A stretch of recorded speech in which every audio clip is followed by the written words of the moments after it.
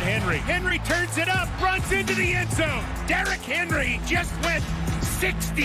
Let's go. Let's finish. Dodge traffic, running to his right. Flings it downfield. Caught. That's unbelievable. Unbelievable. Let's go.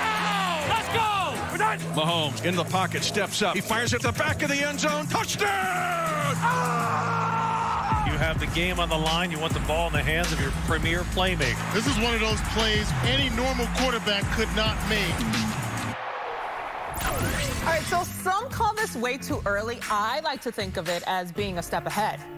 Adjust yourselves accordingly. Because our secret weapon, analytics expert Cynthia Freeland, she ran the algorithm, she has the models, and here are her 2022 AFC playoff seedings. Yep, you heard me correctly, based on win total projections. This is math, guys, all right? I'm not just making this stuff up. The Bills with the highest projected wins right now. The Chiefs right behind them. Ooh, this is going to be interesting in the AFC this season. And by interesting, I mean intriguing, which is the most intriguing AFC division to watch as we find out the NFL schedule release. I'm wondering if it's a division that maybe has every team in the playoffs, according to a lot of us, Cynthia. So you can screen grab whatever the shot we just had here, and then we can see it again tomorrow. Because once we know the actual order, it's going to be really interesting to see how this AFC West kind of sorts itself out. Why? Because it is so razor thin in the most competitive division in all of football that those margins, I mean, if you're playing earlier versus later, that's all going to make such a huge difference. So when I'm looking at this, and yes, the Chiefs, they do pop up to the top of that, but part of that is because they have the best quarterback in the division that has the fewest amount of sort of changes, right? So, Russell Wilson's an awesome quarterback as well, but to me, Patrick Mahomes is just a little bit better. What's the AFC win projection that could change the most once we have the full schedule tomorrow? So top to bottom, the entire AFC is actually far more competitive than the entire NFC. The number of total wins in the AFC is like 4 more wins than the NFC. It's kind of bananas. There's 272 games, so I know that sounds close, but it's not. It is not, right? Because these are fractional games that add up. But every team with a new quarterback, it's going to really come down to how long that new quarterback takes to assimilate to their new team. So I'm looking at this list. When you see the ones with the new quarterbacks, the areas with the new, you got the Colts, right? Okay. You've got the Broncos. Those are two that make a big difference there because their divisions are sort of tight. And they could have this trickle-down effect that make every other team. The Browns. I'm going to tell you, the Browns quarterback situation could not just determine a lot in the AFC, the whole AFC, but it could also have implications for the NFC. So this is a really interesting thing to see. Who's actually playing? Because these win totals, ladies and gentlemen, they're not just math. They come from who's playing on the field and who they're playing against. There's a lot of factors there. The Broncos still stick out to me because they still have to prove that they can bring this all together. On paper, it sounds fantastic, but it all has to work. Teams with a new quarterback, it usually takes about 4 games. Now, if you're a guy like Russell Wilson, though, that could be a little bit shortened, maybe 2 games. But if you're an average quarterback and you switch teams, it's about 4. So the month of September is wonky, and that's a math term for you, wonky. All right, speaking of Russell Wilson and that Broncos team, that crazy division, the Broncos putting this out there. Hey, we're back at it.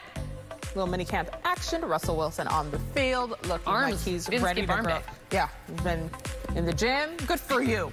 Good for you, Russ. So I want to bring the guys in here because, gentlemen, we've presented you with the math. What do you think of the AFC outlook now based on Cynthia's model, D-Hall? I mean, the one thing that jumps out is the AFC West, just like Cynthia said. I mean, they are loaded from top to bottom, man. I love Russell Wilson. I think the Broncos have a chance, but it's so many more talented teams in the AFC, right? We're giving the Broncos the benefit of the doubt because we know what Russell Wilson's track record has been. But I look at a team like the Patriots, right, and how they climb, how their schedule kind of breaks down. You think about the Bengals. This was a team that was in the Super Bowl, and I still love their quarterback. I think Joe Burrow is a star in this league. Your team, MJ, the Dolphins, they have a chance. And so, I mean, it's just, who do the Browns become? Right? Is Deshaun Watson suspended 4 games? Is it 8 games? Are the Browns still in it? We know Deshaun Watson is a proven commodity at the quarterback position, too. So, I mean, I'm just excited. I can't wait to see how this schedule breaks down, just like Cynthia's saying. Because depending on if you catch a team early versus late, it could set up for an exciting finish. Well, first of all, when we did our call to talk about the show, Cynthia went in more depth, and I was scratching my head.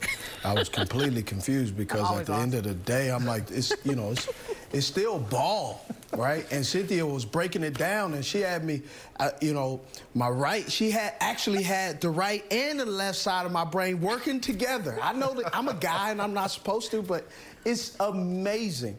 But I do have to have one question: how is J.C. Jackson and Khalil Mack with the Los Angeles Chargers behind my Baltimore Ravens when they just lost Hollywood Brown? They also have a quarterback that they're not sure is going to extend, or is he going to play under the franchise tag? And also, too, they've lost a lot of players. They did not gain a Khalil Mack. So I look at that and I'm starting to say 10 wins may not get you in the playoffs. Look, Sammy Watkins, they're one of 2 games he actually played in. But with the Baltimore Ravens, they have not adapted to the high-flying football. They're still running that cloud of dust, wing T, with a mobile quarterback and still not throwing the ball beyond the hashes.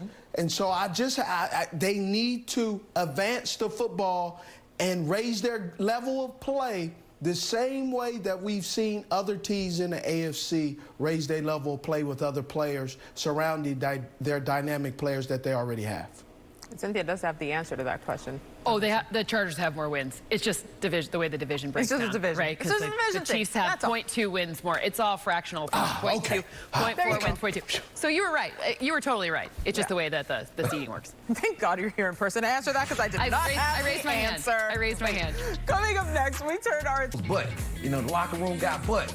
With Matt Ryan, it's none of that. It is strictly football. Matt Ryan came after Michael Vick in Atlanta, after myself in Atlanta, and it was tumultuous times down there. He steadied that ship, and, the Colts nowhere close to that type of energy, and so I can't wait to watch Matt Ryan and his football team go to work.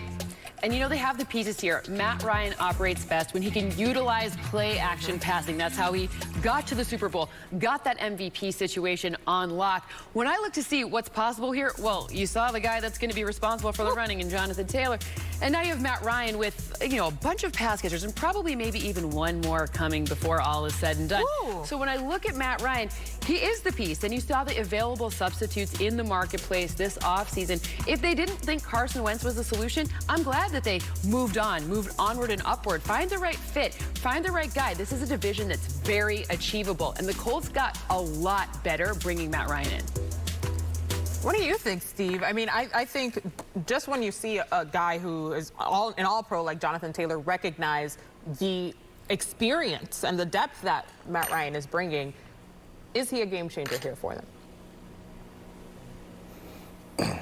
When you have a player that says a breath of fresh air, that is unfortunately an indictment on the guy who he's replacing. And that says, this isn't Steve picking on Carson Wentz. I've liked Carson Wentz. He's an upstanding guy. He's a fantastic football player. Unfortunately, Matt Ryan is a hell of a football player. And that breath of fresh air, what he's trying to say gently is, we have a chance. You got to think about it. When players talk and they use those types of words, they're trying to be nice to the guy he's replacing by just saying a breath of fresh air, which means we can breathe, a sigh of relief that we have a guy that we can count on, who's going to show up, who's going to show out, and who's going to deliver when they need him to. Because one of the things that I've always disliked is I hate when I